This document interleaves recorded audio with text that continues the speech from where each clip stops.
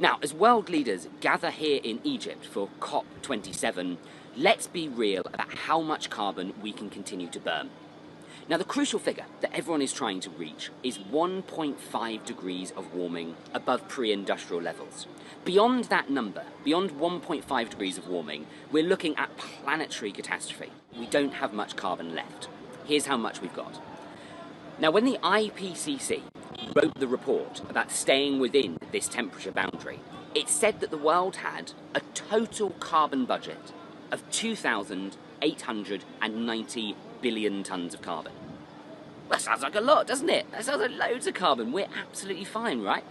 Well, sadly not, because the world has already burnt most of that. We're going through it so quickly. It's estimated that today we've got approximately 400 billion tonnes left. Still sounds like a lot of carbon.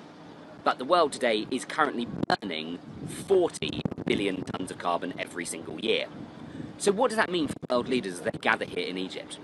It means this. It means that if we carry on at our current trajectory, in 10 years, it will be over. We'll have used up our entire budget, and after that, we'd have to switch the entire world economy off or face that planetary catastrophe.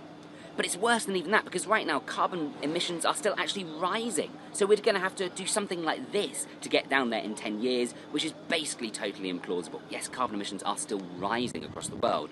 So what's needed now is some drastic, game-changing decision to go like this, do a very rapid drop, so we can then eke out the carbon budget for more like 20 years or something like that, which might be more realistic to get to net zero.